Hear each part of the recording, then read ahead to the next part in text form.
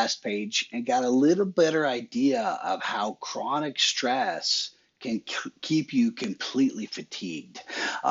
We really went in depth into it, but people always ask me, hey, give me some examples on normal or in normal daily life. So let's do that. Let's give you a few examples. Let's go through a stressful day. Let's just start with I wake up, I immediately hit the snooze button because I'm still tired and resent getting up this early. Do I really have to get up? Okay. One of my favorite comedians, I can't remember his name, but one of his jokes was I wake up and my first decision of the day is to go back to sleep. And I think about that every time. So sometimes I don't even set a snooze alarm. If I do, I set it for 20 minutes later, but I don't use it. That's just in an emergency if I do fall back to sleep. Snooze really doesn't help you out. Sometimes when you wake up and go back to sleep, your body wants to go back into a sleep cycle. So sometimes when you wake up 5 or 10 minutes later, your body's even more confused now, and because it was trying to start a new sleep cycle. So sometimes it's best just to set the alarm and get up and get out of bed. But when I do this and I wake up, oh my gosh, I'm tired because I went to bed late.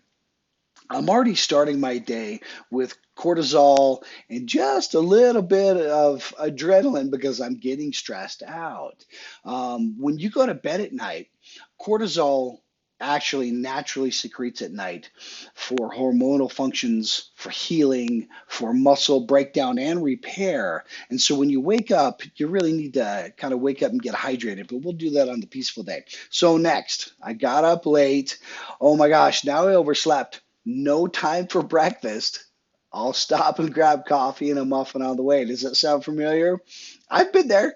So you grab the muffin on the way, some coffee. Now, not only do we have cortisol in our bloodstream, we've got sugar, simple carbs, caffeine, and that a little adrenaline cortisol cocktail happening already first thing in the morning. So someone cuts me off in traffic. I get pissed. I cuss them out in my head all the way to work. You can't yell at them. Well, you can. Some people do. But oftentimes we run that movie in our head of all the things we'd love to say to that person and all of these things that we're imagining that really aren't happening. So that's your subconscious responding. Remember when we talked about that a couple weeks ago? How when your subconscious responds, your brain doesn't know a difference. So as you're doing that, your brain's pumping out more cortisol, more adrenaline. Yes, it is. So I arrive at work. My coworker asks how my day's going. I repeat the incident verbally and continue playing this movie in my mind, creating more cortisol and more adrenaline. I don't know why people love pain and drama stories, but you hear it all the time. Any of you that have had a job where there's lots of people, many people will come to work and start with a drama story. I don't know what it is about drama. People love to actually, if you'll notice, sometimes when you tell a pain story, when you get to work, someone else will try and top that story. Do you find it fascinating how, as humans, sometimes someone will say, oh my gosh, I twisted my ankle, and someone else will say, oh, you have no idea. And they'll tell you how much worse they have it. Why, as humans, do we like to exchange pain stories and try to convince people that we're in more pain than they are? Just something to think about. So I consume huge lunch with dessert and soda, creating an insulin rush and a digestive nightmare. You may soon feel like falling asleep in the Keys. So now, on top of all the cortisol and adrenaline and the pain stories, we've got blood sugar spike and fatigue because when you drink a soda with your food, and I got into this a little bit last week, it actually creates an insulin response and causes your cells to store more carbohydrates and fats than they normally would. Also, the sugar spikes and then the sugar drops. That's why oftentimes when you have a lunch like that, about an hour after you get back from lunch, you feel like falling asleep at your desk. Yeah, that's what's going on inside your body. So when that happens, then you grab your afternoon coffee or energy drink, which just gives you more cortisol and adrenaline when you could have had a big glass of water. So I go home for a huge dinner because I deserve it. Maybe a drink and something sweet. Something sweet, okay. Another insulin response, more cortisol, more fatigue, I go to bed exhausted. I repeat the process, hoping that I can make a bigger cup of coffee tomorrow morning and start off with a better day. So I know I really went into it. I put everything in there, but most of you can relate to a lot of this. And maybe not with yourself, because gosh, you probably don't do that, but you've seen people do it, huh? So let's do a peaceful day. So I woke up. This is me this morning. I woke up, I laid in bed for 5 minutes, enjoying surfing the alpha state while remembering dreams and deep breathing to oxygenate my brain and extremities. I drink the cold water on the nightstand. I got my bottle right here. Yep, it reminds me to let that shit go before I go to bed. Don't carry that stuff to bed. Clear your mind, go to bed, and it's full of cold water. So I wake up to a nice cold drink in the morning. I reoxygenate because when you wake up, like I said, you've already got cortisol in your blood. You've been shallow breathing all night, so you're hypoxic, and you need to get some oxygen into your system. So I oxygenate, I hydrate, I wake energized. But that alpha state, I'll get more into that next week when we get into the brain waves. But when you wake up, that little daydreaming phase, that's when you're in an alpha brainwave. I talked about when we were kids, that was that daydreaming brainwave. You can learn to take advantage of this alpha state when you wake up, and it's fascinating. You can literally learn to remember your dreams. You can interact. Sometimes you can interact with the dreams as though they're still happening, and you can sit there. I call it surfing alpha, and it's awesome. I enjoy it for about 5 minutes. I move my extremities. I get some blood flow going. I take some deep breaths. In the morning, when you wake up, like I said, you've been shallow breathing all night, so you're already hypoxic. And if you start off with a nice big cold drink of water and some deep breathing, start with just 10 deep breaths and get that oxygen into your system. Work your way up to 20 deep breaths every morning, and you'll be amazed. Like I said, wake up, hydrate a little bit, move your extremities, take 20 deep breaths, get the natural oxygen into your system where it needs to be, and you'll honestly be blown away that within 5 minutes, you actually are ready to hop out of bed completely energized. But you didn't rush. You didn't snooze and go back to sleep. You actually took 5 minutes to enjoy surfing alpha, hydrating, breathing, and you literally get out of bed energized. Give it a try tomorrow. It'll blow you away. So I already have breakfast plan, excuse me.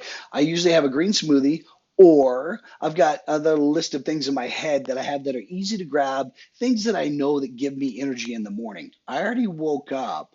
I'm ready to go. I didn't go back to sleep, so I've got time for breakfast. I plan ahead. Sometimes I set things out on the counter. If I'm going to the gym in the morning, I set a bunch of stuff out on the counter, so I'm ready to go and I'm already prepped. But I've cleared the cortisol now out of my bloodstream that I had from last night that was in my bloodstream already because I hydrated, I oxygenated, I got nutrients from my brain and body, and I started my day energized. So someone cuts me off in traffic, but I've learned from these videos I'm watching to breathe, relax, and not respond because I've also learned it only causes me stress and wrecks my day, not theirs. They have no idea. And once again, no cortisol, no adrenaline. I'm still relaxed on the way to work.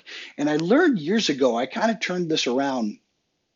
And in my mind, when someone cuts me off and they're in a hurry, I just remind myself, you know what? They might have just gotten a horrible phone call. Something happened. They got called in. They're late for work, whatever it is. But remind yourself, they're the one that's stressed out, not you. You get stressed out when you decide to respond to that. So just let them have their bad day, whatever they're going to do, send them love, but don't let it wreck your day. Don't go to work and tell that story over and over again and let that wreck your day. So that's your challenge right there is just, hey, let them go. They're stressed, not you. So don't get stressed. So I arrive at work. I compliment the first three people I see, and I talk about what makes me happy. So instead of talking about all these imaginary scenarios and having pain stories or drama stories, I talk about what what makes me happy. I compliment people, which actually is good for them and good for me. Remember, that was one of your homework things, I think, on week number one. So once again, no cortisol, no adrenaline. Instead, I created some dopamine and some endorphins for both me and the other person I complimented. How cool is that? The complimenting someone actually makes you feel good and them feel good. So do yourself a favor. So there we go. I eat a light and clean lunch to keep my energy and metabolism up.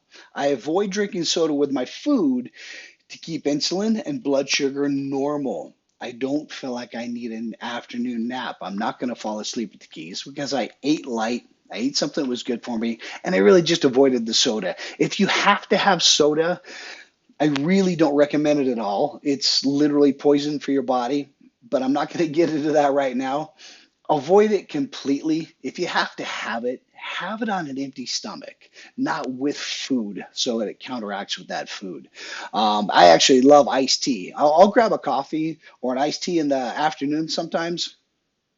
Well, it says right here, drink plenty of water and stay hydrated and awake. A small coffee on occasion won't hurt because you're healthy, you're rested, you've regulated your hormones, you're having a beautiful day already. So if you want an occasional coffee, go for it. It's no big deal because your body can handle it.